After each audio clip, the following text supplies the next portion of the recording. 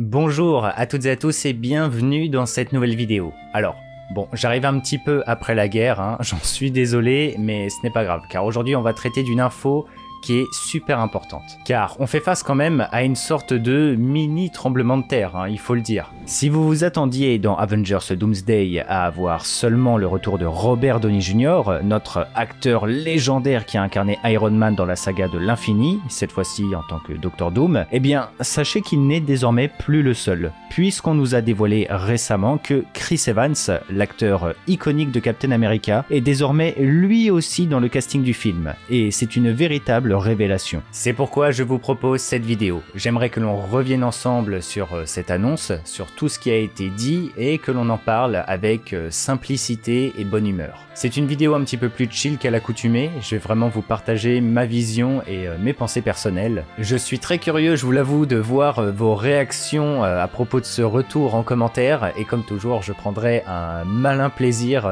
de lire tout ça. Bref, sur ce, ne tardons pas plus longtemps et analysons tout ça. Alors, déjà, qu'est-ce que l'on sait concrètement? Chris Evans est confirmé pour faire son grand retour et apparaître dans Avengers Doomsday, le prochain film crossover à grande échelle du MCU. Et jusqu'à récemment, aucun rôle ne nous avait été partagé. Beaucoup mentionnaient l'idée, pourquoi pas, de l'adaptation d'un potentiel Captain Hydra, une version maléfique de Captain America. D'autres imaginaient un retour de Johnny Storm, voire carrément de Steve Rogers lui-même. Mais apparemment, alors, attention, on reste quand même dans le cadre cette fois-ci de la rumeur, Chris Evans serait de retour pour incarner un personnage du nom de Nomad. Nomad, dans l'histoire des comics, c'est à la base une autre identité de super-héros appartenant à Steve Rogers, un peu du même calibre que Wolverine avec Patch. À ce moment-là, nous sommes en 74, en plein âge de bronze des comics, et c'est une période de renouvellement pour la firme. Plusieurs nouveaux artistes vont émerger, de nouveaux procédés créatifs également, de nouveaux super-héros, mais aussi en partie suite à la révision du Comics Code Authority en 71, qui va proposer un véritable assouplissement de ces règles. Je vous invite d'ailleurs à voir ma vidéo sur comment les 4 Fantastiques ont sauvé Marvel pour avoir un petit peu plus de détails. Ce sera donc le retour et l'apport majoritaire de récits avec des thématiques plus sociales et profondes.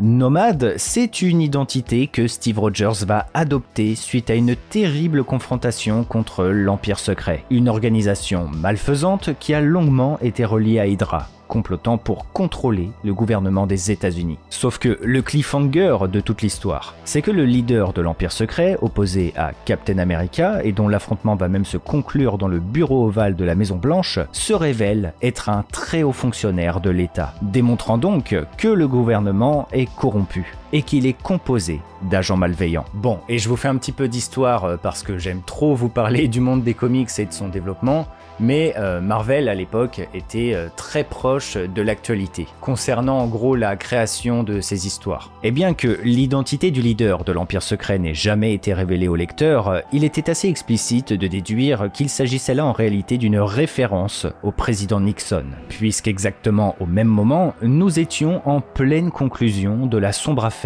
du Watergate, un énorme scandale qui a provoqué la chute du président américain, qui a par la suite tout simplement démissionné. Une affaire qui, dans une image plus globale, a poussé le peuple à perdre sa foi et sa confiance envers les hauts placés et le gouvernement des États-Unis. Qui de mieux donc, chez Marvel, pour représenter cette désillusion que le symbole du patriotisme Steve Rogers, alias Captain America, qui, complètement ébranlé, va donc délaisser son rôle iconique pour devenir Nomad, une identité plus personnelle qui signifie l'homme sans patrie. Et par la suite, Nomad sera une identité qui sera reprise au fil des récits par d'autres entités comme le très célèbre Jack Monroe, un partenaire d'aventure de Steve Rogers. Mais voilà, outre l'aspect historique, qu'est-ce qui est intéressant là-dedans? Restons simples, nous proposer un Chris Evans incarnant Nomad, soit une autre identité de Steve Rogers, c'est bel et bien pour exploiter le multivers afin de nous proposer un variant. Marvel Studios aime beaucoup ce procédé qu'ils ont installé avec l'arrivée des réalités alternatives durant la phase 4. Que ce soit les héros ou les vilains, tous sont passés complétée par d'innombrables identités dans les comics, qui traduisent à chaque fois un renouvellement graphique, c'est-à-dire une évolution visuelle des personnages, mais aussi pour accentuer ou traduire simplement la psychologie de ces derniers durant un moment précis, comme Nomad avec Captain America justement. Dans le MCU, Marvel s'est donc servi de ces identités pour en faire de véritables variants. Ils l'ont fait notamment avec Doctor Strange pour son identité de quand il est chez les Defenders. Ils l'ont fait à juste titre avec Kang, que ce soit Ramatout, le Centurion, ou Immortus, ou même, comme on le disait plus tôt, avec Wolverine et Patch. Et même carrément la multitude d'autres variants qui sont à l'origine pour la plupart juste des identités ou des moments iconiques de Wolverine qu'il a emprunté ou vécu au cours de ses aventures sur papier. Bref, tout ça pour dire que logiquement, Chris Evans devrait incarner un variant de Steve Rogers, Captain America, provenant d'une toute autre réalité dans Doomsday. Une version inconnue aux spectateurs d'un personnage qu'ils connaissent normalement tous. Inconnu, j'ai dit, en réalité, pas tant que ça. Et c'est dans ces moments-là que j'aime voir comment Marvel essaye d'exploiter les éléments de son univers qu'il développe depuis 2008. Nous avons déjà eu, sous une certaine forme, un semblant d'adaptation de l'identité nomade durant la saga de l'infini. Le moment clé, c'est Civil War. Steve Rogers comprend que les accords de Sokovie symbolisent une perte définitive des libertés que détenaient les Avengers depuis leur création. Des libertés individuelles nécessaires qui, dans la vision de Steve, sont primordiales pour affronter la tyrannie et protéger le plus de monde. Des convictions qui, additionné au cas de Bucky en tant que soldat de l'hiver, pousse Rogers dans une implication plus morale que dans le respect de l'autorité, représentée à ce moment dans le film par Thaddeus Ross. Ce qui à terme oblige notre Captain America à délaisser son titre, son bouclier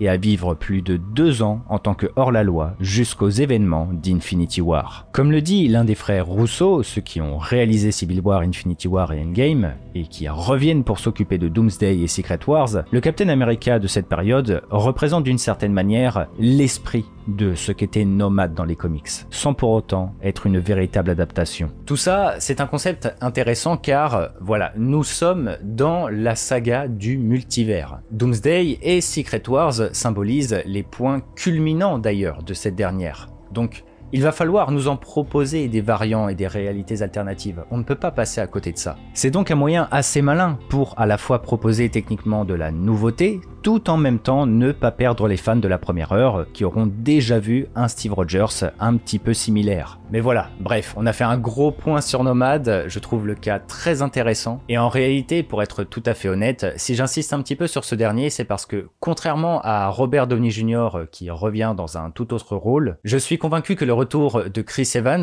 sous-entend la venue d'un autre Captain America. Et je vais vous expliquer pourquoi. En fait, l'une des grandes beautés d'Avengers Endgame, c'est que la fin du film nous propose une véritable conclusion pour les 2 plus grands héros qui ont marqué au fer rouge la saga de l'infini. Tony Stark a toujours été quelqu'un de très égocentrique et tourné sur lui-même, en opposition à Steve Rogers qui, dès sa première aventure, nous a montré à maintes reprises qu'il était prêt à donner sa vie pour les autres à n'importe quelle occasion. Une situation qui s'est complètement inversée lors de la conclusion que symbolise Endgame, puisque Tony nous a proposé le sacrifice ultime pour sauver l'entièreté de l'univers, contre un Steve qui, une fois le chaos terminé et après une vie d'héroïsme, a décidé d'écouter les conseils de son ami pour enfin penser à lui. Un choix irréversible où Steve s'est octroyé une seconde vie auprès de sa bien-aimée avant de léguer son titre à l'un de ses plus fidèles acolytes, Sam Wilson, le Faucon. Ce que je veux vous dire, c'est que Steve Rogers, en tant que Captain America dans l'univers 616, c'est désormais terminé. Chris Evans,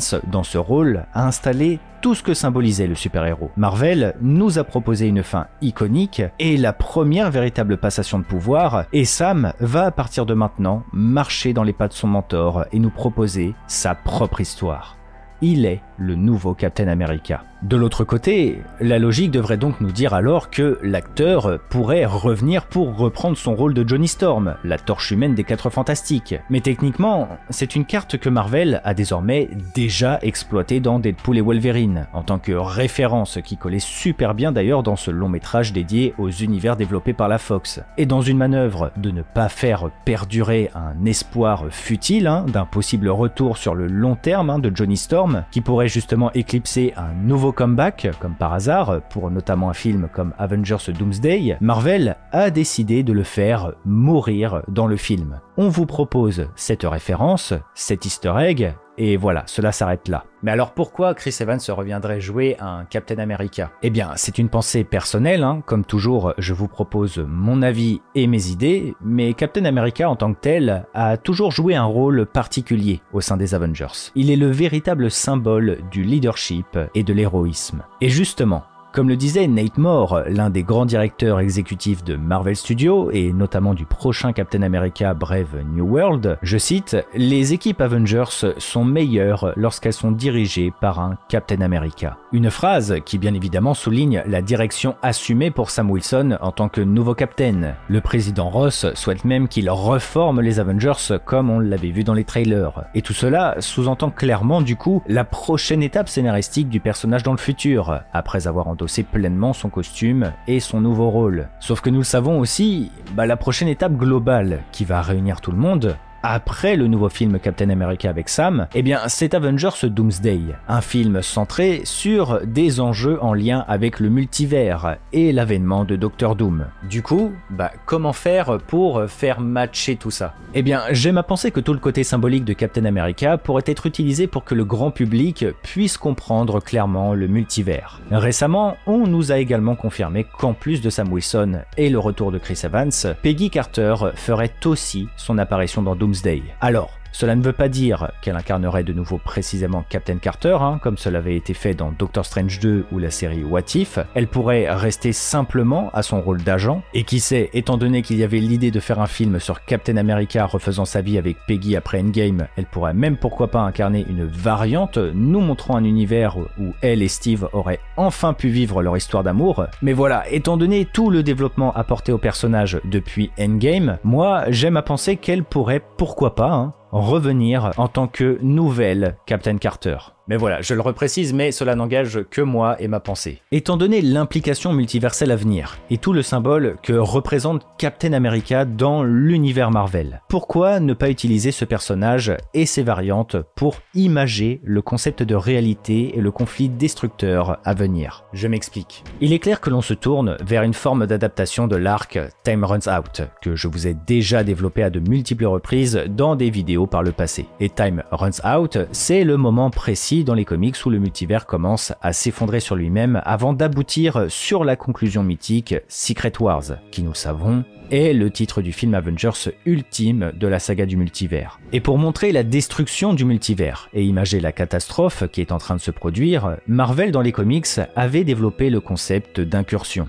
Le moment où deux réalités rentrent en collision découlant sur l'annihilation totale de ces dernières. Ce procédé rajoutait un véritable côté dramatique, puisque naturellement, les héros des univers impliqués rentraient obligatoirement en confrontation, puisque chacun voulait sauver son univers coûte que coûte, quitte à même détruire celui d'en face pour s'en sortir. Par conséquent, cela nous proposait un véritable effet miroir, des héros similaires obligés d'entrer en contact, provenant d'univers différents, faisant face aux mêmes problématiques, avec pour chaque équipe une solution et une moralité divergente. Tout ça, ils l'ont très bien imagé pour les lecteurs dans les comics, mais maintenant, qu'en est-il des films ? Eh bien, je me dis que pour le grand public, c'est intéressant de voir comment Marvel pourrait opérer la fin du multivers et que ce soit le plus compréhensible pour tous. Doctor Strange nous a amené le concept d'incursion, soit la destruction des réalités du multivers. On nous a présenté plusieurs univers différents, Deadpool et Wolverine a surexploité ce concept, les 4 Fantastiques vont d'ailleurs continuer la marche, et Sam Wilson, en tant que nouveau Captain America, est destiné à devenir le leader symbolique d'une potentielle nouvelle équipe, comme le fut Steve Rogers à son époque. Captain America pourrait devenir le héros symbolique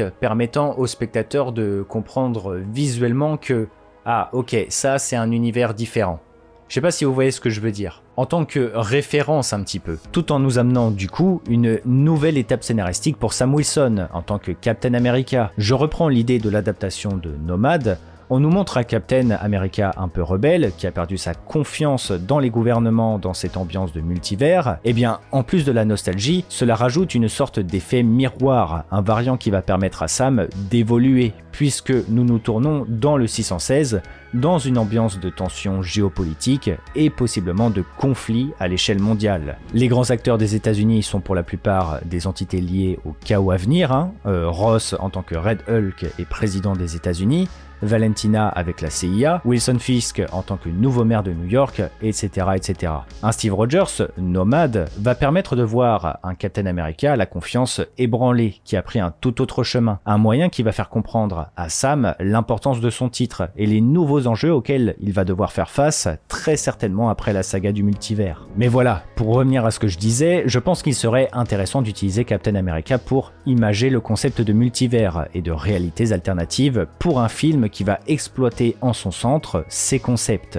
Avengers Doomsday. Sam est destiné à prendre un rôle de leadership et de fondateur pour une nouvelle équipe. Ramener un Steve Rogers variant va permettre de faire un écho à la gloire passée du précédent Captain America, tout en nous rappelant le nouveau rôle de Sam. Et Peggy Carter, je trouve que ce serait pertinent de la ramener en tant que Captain Carter également, pour accentuer tout ce concept de variant, en plus de proposer une forme d'aboutissement à ce personnage qui a trouvé un véritable nouveau jour avec la série What If, qui va d'ailleurs prendre fin avec sa 3e saison, et qui est une ode à l'exploration du multivers. Tout ça serait un moyen simple d'exploiter le concept et la force du multivers au sein du récit. Pour moi, c'est le plus intéressant à faire, mais voilà, tout est possible. Les visions sont différentes, et je suis curieux de voir ce que vous pensez de votre côté dans les commentaires. Je pense que certains pourraient y voir une faiblesse de voir encore une fois le retour d'un acteur iconique de la saga de l'infini dans la conclusion de la saga du multivers, mais personnellement, je pense que tout comme Johnny Storm dans Deadpool, il s'agira avant tout d'un petit rôle complémentaire qui va même servir pour le développement de Sam. Dans la forme, il y aurait un certain poids émotionnel de nous montrer un Steve Rogers devant un Sam Wilson qui assume désormais pleinement le rôle qui lui a été légué dans Avengers Endgame. Et étant donné que les frères Russo qui avaient réalisé ce dernier sont de retour pour Doomsday et Secret Wars, je pense qu'ils veulent amener une petite réponse à ça, pour nous montrer que le temps a passé, et Sam a désormais bien évolué. Le retour de Chris Evans doit servir pour imager le concept de multivers et amener un développement pour l'histoire de Sam. Et voilà, nous arrivons à la fin de cette vidéo. N'hésitez pas à réagir comme je vous disais en commentaire, je suis très curieux de vous lire. N'hésitez pas à laisser un petit pouce bleu qui est un soutien inconditionnel et n'hésitez pas non plus à vous abonner à la chaîne. C'était une vidéo un petit peu plus tranquille pour cette fin d'année, le genre de vidéo où on débat un petit peu, on parle entre nous d'une certaine news. Je vous ai partagé ma vision personnelle des choses et voilà, j'espère que cela vous a plu. Merci d'avoir regardé la vidéo jusqu'au bout. Les amis, c'était Argorok. Je vous dis à très vite. Allez, ciao tout le monde.